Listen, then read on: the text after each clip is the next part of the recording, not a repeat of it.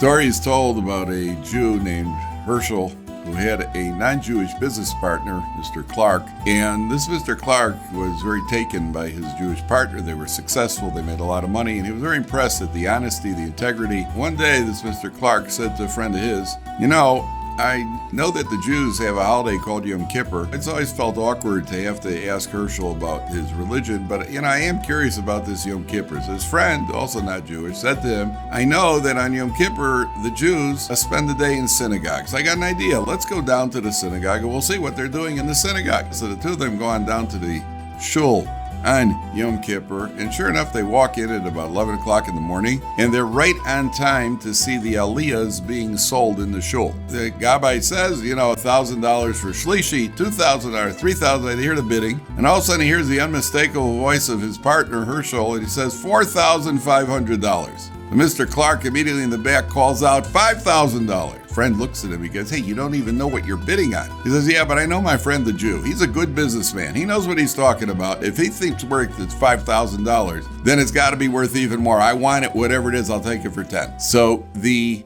lesson obviously is that the non-Jew looks at the Jew. I don't understand your world exactly, but I see that there's a certain level, a certain high caliber that the Jew occupies.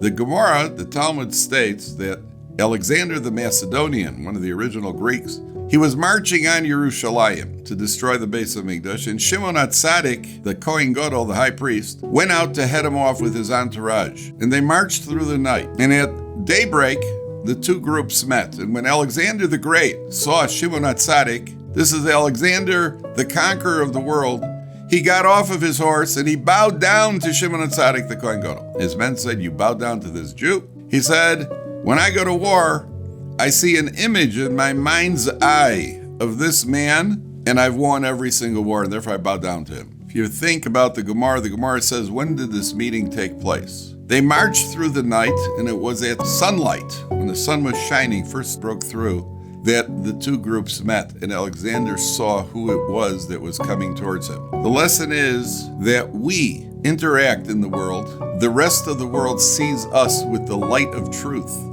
The sunlight, the light of truth, they see us for who we are. They see what the true purpose of life is, and they understand from the way Jews live their life, Torah Jews, that there is a deeper meaning and purpose, and that the Jewish people are truly the chosen people. Chanukah, we light the menorah. Obviously, the symbol of the menorah is the light of truth, but it's not just for the rest of the world to see, it's primarily for us to see. That we should see through the light of Chanukah what our true purpose is, and we should fulfill that purpose by serving God with all of our hearts and all of our souls. A lichtige Chanukah.